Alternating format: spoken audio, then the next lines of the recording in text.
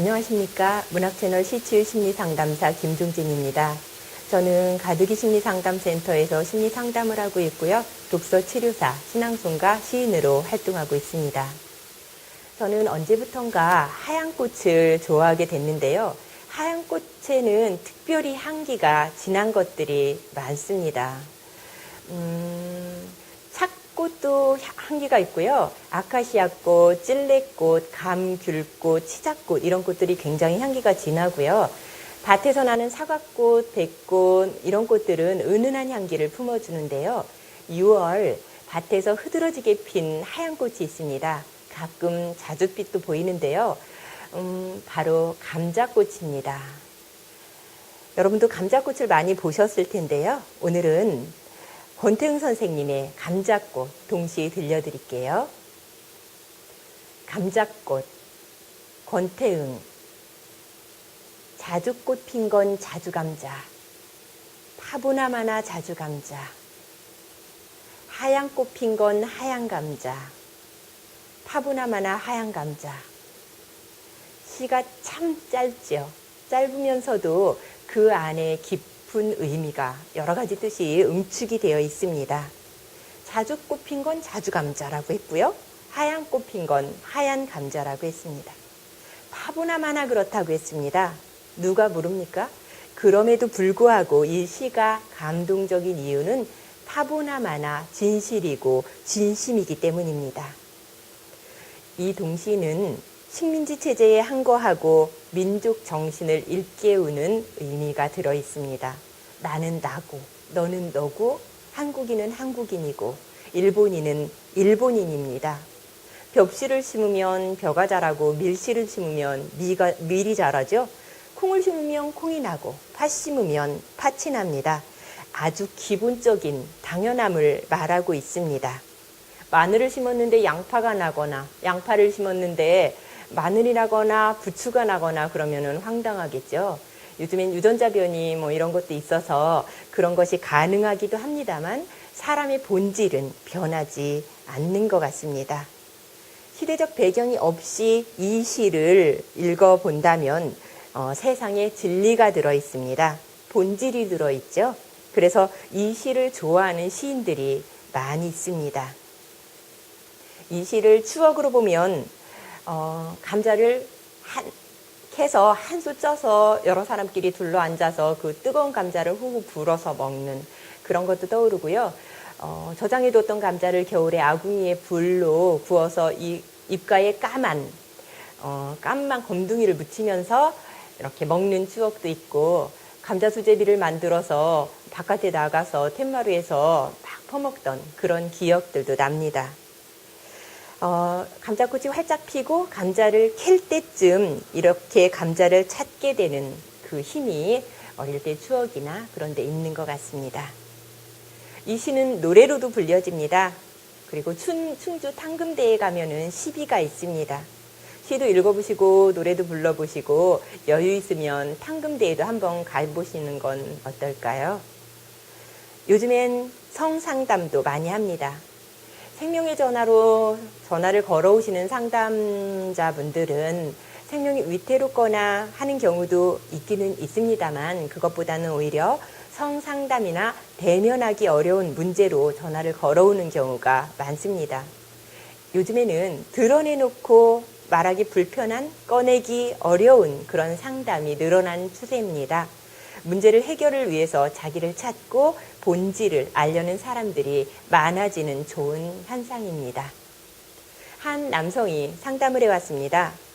사귀는 여성과 만난 지 한참 됐고 스킨십도 어느 정도 하고 있는데 같이 자자고 하면 말을 안 듣는다는 것이죠. 여성이 싫다고 하는데 어떻게 받아들여야 하는지 물어왔습니다. 그럼 역으로 그분께 물었습니다. 내가 싫어하는 여성이 함께 자자고 하면은 그럴 때 어떠냐? 그랬더니 그분은 싫다고 하더라고요. 그래서 여자분도 싫으면 싫다고, 싫은 거라고 말씀을 드렸습니다. 그대로 인정하고 상대방의 입장을 받아들여야 한다고 했지만 그래도 그 남자분은 그 여자분이 평상시에 하는 행동을 보면 내숭 같다고, 헷갈린다고 하더라고요. 그것은 헷갈리는 것이 아니라 자기 자신의 입장에서만 생각하기 때문입니다. 말을 안 듣는 것이 아니라 본인이 그렇게 생각하기 싫은 것이죠.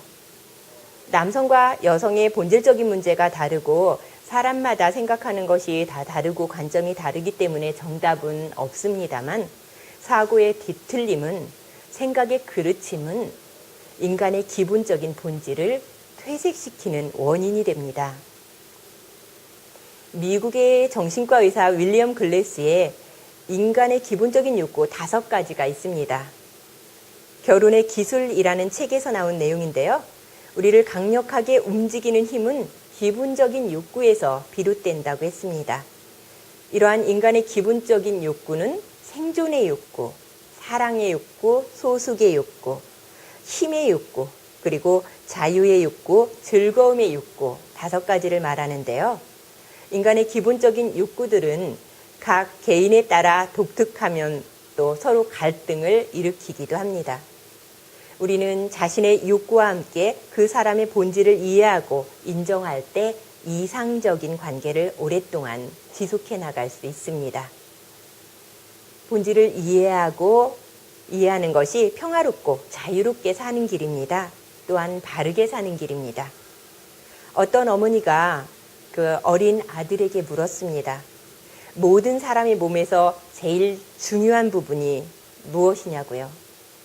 여러분은 어떻게 생각하세요? 이 어린아들은 들을 수 있는 귀라고 대답을 했습니다. 어머니는 귀는 청각장애인도 있으니까 아니라고 대답을 했어요. 그리고 한참 몇 년이 지난 다음에 어머니의 같은 무릎에 아들은 세상을 바라볼 수 있는 눈이라고 말을 했는데요. 어머니는 시각장애인도 있으니 그것은 아니라고 고개를 저었습니다. 아이가 성장하는 동안 어머니는 같은 질문을 계속했고 아이는 어머니의 그 대답에 어머니가 생각하는 그 답에는 대답을 못했지만 어머니께서는 계속 아들이 잘 성장하고 있고 네 생각이 뭘 존중한다고 계속해서 칭찬을 해줬습니다. 그리고 아들이 똑똑해지고 있다는 것을 자꾸 이야기를 해줬죠. 세월이 흘러서 어느 날 할아버지께서 돌아가셨습니다. 이때 어머니께서 다시 같은 질문을 했습니다.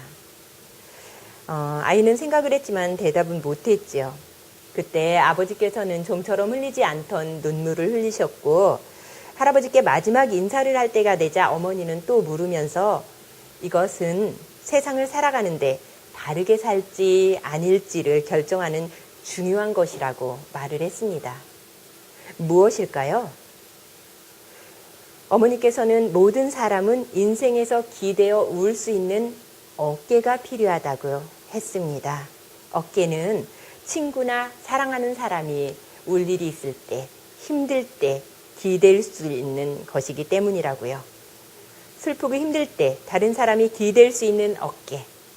어머니의 소망은 아들이 충분한 사랑과 우정을 쌓아서 아들이 필요할 때 울면서 기댈 수 있는 어깨가 될 수 있는 사람을 바랐던 것이고요. 또 다른 사람에게 어깨를 내줄 수 있는 아들이 그런 사람이 되라는 뜻이 담겨 있었습니다. 인간은 사회적 동물로 상호 의존적입니다. 서로 의지하면서 살아가죠. 산다는 것은 나와 타인이 서로 기대어 있다는 것을 의미하는데요. 기댄다는 것은 결국 함께 살아가는 세상에서 건강하고 밝은 세상을 만들어가는 기분이 되는 것입니다. 또 다른 시 하나 들려드릴게요. 오렌지, 신동집. 오렌지에 아무도 손을 댈 수는 없다. 오렌지는 여기 있는 이대로의 오렌지다. 더도 덜도 할 수 없는 오렌지다. 내가 보는 오렌지가 나를 보고 있다. 마음만 낸다면 나는 오렌지의 포들한 껍질을 벗길 수도 있다. 마땅히 그런 오렌지만이 문제가 된다. 마음만 낸다면 나는 오렌지의 짭짤한 속살을 깔 수도 있다. 마땅히 그런 오렌지만이 문제가 된다. 그러나 오렌지에 아무도 손을 댈 수는 없다. 대는 순간 오렌지는 이미 오렌지가 아니고 만다. 내가 보는 오렌지가 나를 보고 있다. 나는 지금 위험한 상태에 있다. 오렌지도 마찬가지 위험한 상태에 있다. 시간이 똘똘 배암의 또아리를 틀고 있다. 그러나 다음 순간 오렌지의 포들한 거죽엔 한없이 어진 그림자가 비추고 있다. 오, 누구인지 잘은 아직 몰라도. 이 시는 오렌지를 소재로 해서 존재의 본질을 추구한 주주주의 계열의 작품입니다. 사물의 내면과 외면의 의미를 대조시켜서 존재의 참다운 본질 파악이 얼마나 힘든 일인가를 제시하고 있습니다. 사물의 본질은 가공하거나 꾸밀 수 없는 것이다. 그러므로 본질 파악이 불가능하다. 인간이 사물의 존재를 이해하고 의미를 부여할 때만 나를 이해하고 의미를 부여하려고 한다. 따라서 그 바탕에는 내가 대상에게 존재 의미를 부여하고 있다는 심리뿐만 아니라 나의 존재를 내 존재의 의미를 대상으로부터 인정받고 싶다는 심리가 깔려 있음을 알 수 있습니다. 본질은 도외시한 채 사물의 외면만 관심을 갖는 그릇된 인식 태도는 버려야겠습니다. 마지막 년입니다. 그러나 다음 순간 오렌지의 포들한 거죽엔 한없이 어진 그림자가 비추고 있다. 오, 누군지 잘은 아직은 몰라도. 존재의 본질을 파악하는 것이 가능한 일인가 하는 회의로 시작된 이 시는 한 가닥 가능성을 발견하는 것으로 끝을 맺습니다. 그러므로 이 시에 존재의 본질을 파악할 수 없는 인간의 한계를 느끼게 해줍니다. 한계는 있어도 존재의 본질을 파악하는 가능성도 있습니다. 우리는 할 수 있다는 가능성과 될 수 있다는 가능성에 희망을 걸고 살아갑니다. 오늘은 권태웅 선생님의 동시 감자꽃과 신동집 선생님의 오렌지를 읽어봤습니다. 다음 시간에는 황금찬 선생님의 꽃의 말로 찾아뵙겠습니다. 지금까지 문학채널 김종진의 시치유, 시에서 행복찾기였습니다. 고맙습니다.